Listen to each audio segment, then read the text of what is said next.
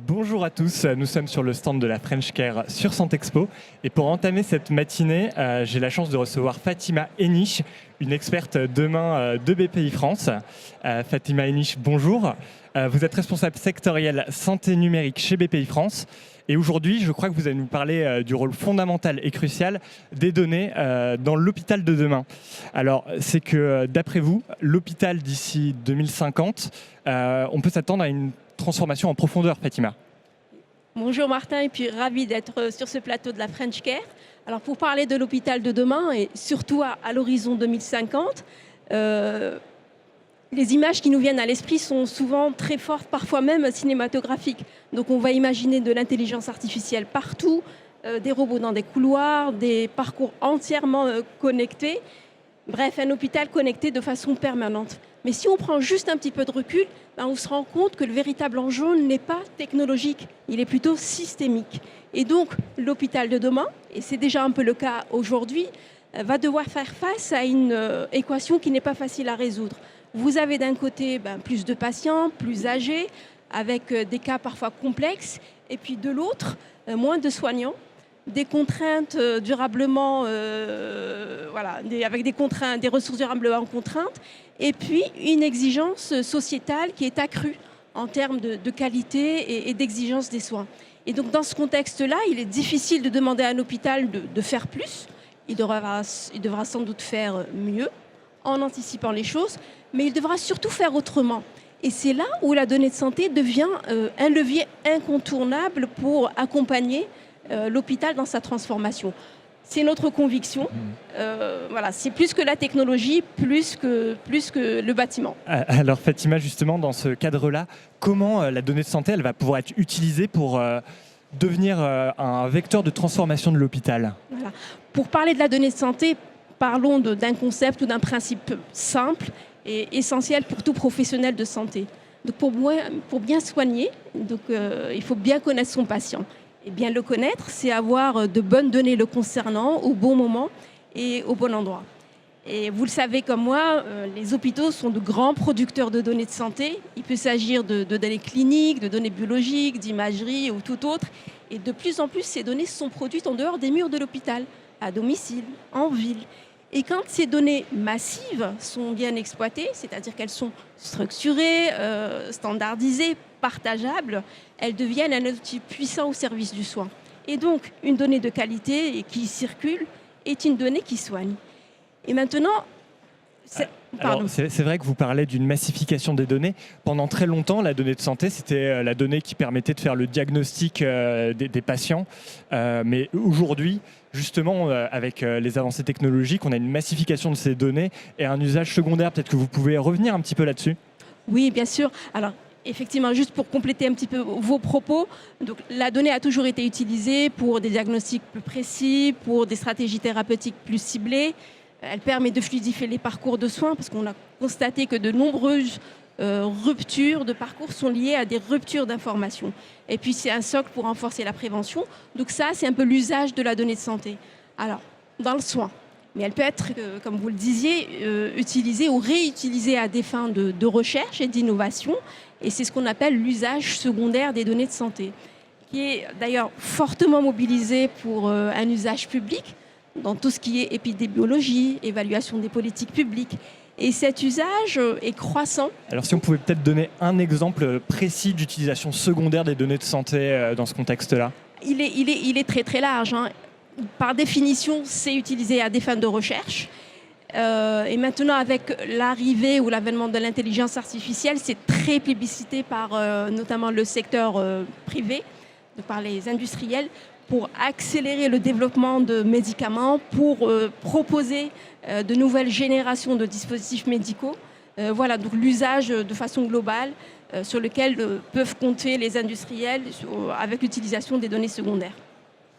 Bon, on comprend tout ça. Et par contre, il y a un enjeu, c'est que, en fait, cette exploitation des données, elle ne se fait pas comme ça. Et c'est autant un enjeu pour l'hôpital de demain de pouvoir justement massifier ces données, gérer ces bases de données, qu'il y a un défi de taille. Oui, absolument, Martin. Donc, effectivement, l'accompagnement de la transformation hospitalière orchestrée, notamment par la donnée de santé, et pas seulement, tout ne se joue pas autour de la donnée, est porté par une dynamique européenne avec plusieurs actions, dont 2 récentes qui méritent d'être soulignées. Donc il y a l'espace européen des données de santé qui définit un cadre harmonisé pour l'utilisation des données européennes. Alors ce cadre-là, ça signifie quoi? Ça veut dire que demain, on va pouvoir utiliser des données de patients d'Italie, d'Allemagne, de Belgique pour pouvoir améliorer la recherche en France, c'est ça? C'est possible, mais selon des critères définis par ce règlement. Donc c'est assez exigeant, assez strict. Et il faut s'y référer, mais l'idée c'est effectivement d'avoir un usage harmonisé et avec aussi l'introduction d'une logique de valorisation de ces données. Donc dans ce contexte-là, on comprend que la donnée de santé devient aussi un actif stratégique. Je voulais aussi évoquer un deuxième cadre qui est l'IA Act, qui à son tour établit des règles de confiance liées à l'usage de l'intelligence artificielle, notamment dans le domaine de la santé, où la santé est considérée comme un système à haut risque. Donc c'est très exigeant, mais tout le monde va devoir s'y confronter. Et dans tout ça, j'imagine qu'il y a un réel enjeu d'investissement aussi, parce qu'effectivement, il y a ce cadre législatif qui doit rentrer en place. Quel rôle va jouer l'investissement et BPI France pour permettre cette mue de l'hôpital et cette meilleure gestion des données ? Oui, bien sûr. Alors, si je peux compléter mon propos sur le cadre législatif, il est établi effectivement pour sécuriser les accès, mais dans toujours un contexte susceptible de répondre à des enjeux de sécurité, à des enjeux de souveraineté, qu'elles soient sanitaires ou économiques. Ça, c'est très important. Maintenant, pour revenir à l'intervention de BPI France, nos missions, c'est le financement, notamment le financement de l'innovation sur toute la chaîne de valeur d'un produit ou d'un service de santé avec à chaque fois des dispositifs adaptés. Et dans le cadre de France 2030, donc grand plan d'investissement d'avenir, donc on soutient les établissements de santé, en particulier les CHU, dans la mise en place et la consolidation de leur entrepôt de données. Et là, ça concerne la majorité des CHU de France et quelques réseaux de cliniques privées.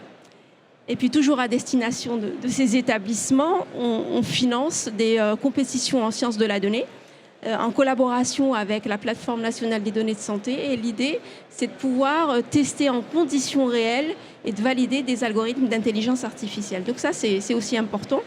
Et puis notre ADN chez BPI France, c'est le financement des entreprises, que ce soit des startups, des PME ou des grands groupes. Et ce qui est intéressant d'observer sur des sujets de santé et de santé numérique, c'est la collaboration qui est croissante entre les industriels et les hôpitaux. Donc on finance de nombreux projets exemplaires en termes de collaboration. Alors est-ce que vous pourriez peut-être citer un exemple pour illustrer un peu ce propos de projet qui peut être financé, par exemple? Oui, il y en a un certain nombre, mais par exemple, on vient d'accorder un financement à un projet assez visionnaire d'un hôpital augmenté par intelligence artificielle, avec une perspective de réplicabilité à l'échelle des CHU si les résultats sont probants. Et il est porté par le CHU de Montpellier et qui s'entoure de Scaleway, donc un acteur souverain, et puis de Deep Tech qu'on connaît et qu'on soutient depuis quelques années déjà. Et je voulais aussi, peut-être qu'on n'a pas évoqué ce point-là, on finance donc, les établissements, on finance aussi les entreprises à générer ou à produire des preuves cliniques, médico-économiques, organisationnelles, d'adoption à l'usage de leurs solutions dans une perspective d'accès au marché ou d'accélérer l'accès au marché de leurs solutions par le remboursement ou l'achat hospitalier. Ça, c'est un véritable parcours du combattant pour nos entrepreneurs. Et donc BPI se doit d'être à leur côté pour les aider. Merci beaucoup Fatima. On arrive au terme de cet entretien. Merci beaucoup d'être venue sur le plateau. Merci. Je crois que vous avez peut-être un message pour conclure rapidement sur les données de santé et l'hôpital de demain.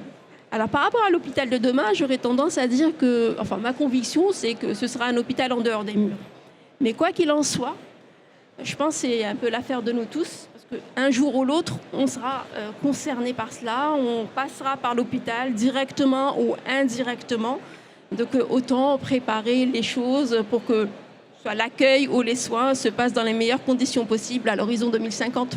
Merci beaucoup. Je vous en prie. Merci Martin.